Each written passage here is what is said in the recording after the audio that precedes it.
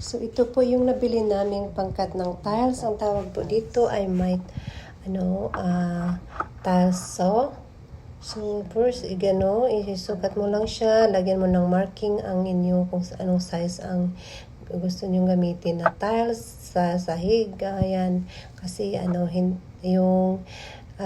ikakat namin yan dahil masyadong malaki. So, ganyan po ang ito lang po ang gagamitin natin pangkat ng tiles. Huwag yung mga senso kasi pag ibang tools ang gagamitin mo, mag-crack po yung tiles. So ito ang ginamit namin kasi ito na tubig.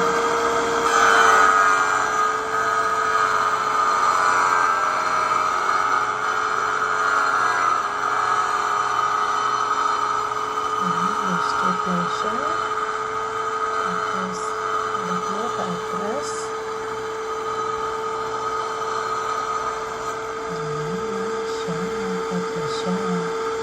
Tapos, kailangan mo ng tubig. Kailangan may water pump po siya. Kasi yung tubig na yan ay protection po yan sa crack. Para po ang inyong tiles hindi siya mag-crack. So, kailangan po na mayroong tubig. So, ito ang magandang gamitin, guys.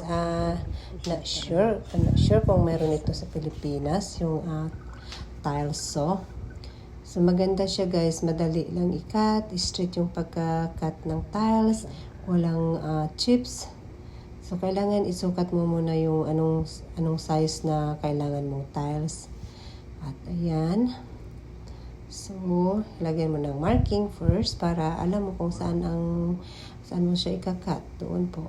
So, nabili po namin ito galing sa Harbor Freight. Wala namang Harbor Freight sa Pilipinas. Pero, I'm sure mayroon yan sa Pilipinas kasi alam naman natin na mostly made in China. So, marami yan. Made in China, nandyan yan sa Pilipinas. So, sa mga carpenter dyan, yan, bilihin nyo, tile saw. Tile saw po ang tawag nito. Pangkat ng tiles. Pag may construction kayo, bumili kayo ng tile saw para mabilis at maganda ang pagkakat ng inyong tiles. Hindi masyadong matrabaho at yung tubig na yan, madali lang to. I-spray mo lang yung kasi may dumi. Pag nag-cut ka ng tiles, may dumi yan. Kasi may tawag din, parang may powder siya. Yung na yan, yung tools na yan, i-spray mo lang yan. Ayan, matanggal na yung mga debris na galing sa tiles. So, ganyan po ang pagkat ng tiles. At ayan, kailangan mo, anong sukat mo gusto dyan. I-adjust mo yung holder niya para hindi siya mag-move. Ayan. Yan lang po, share ko sa inyo. I'm sure mayroon yan sa Pilipinas. So, thank you guys for watching my videos. Thank you for the love and support. At medyo haba-haba din tong videos na to. Sorry. Parang 4 minutes yata ito.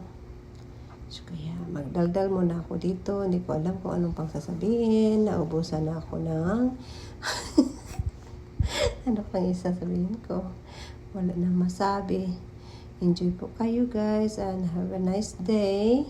And take care, everyone. At maraming salamat sa inyong walang sawang pagsuporta sa akin.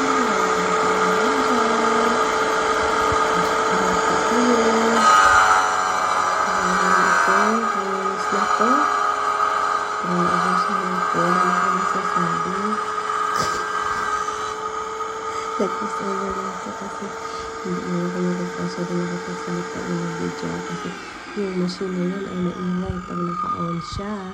Super ingay po yan, kaya hindi niyo ako marinig. So, hindi ako masyadong nagsasalita noon. Ngayon na lang. Bye-bye! Thank you.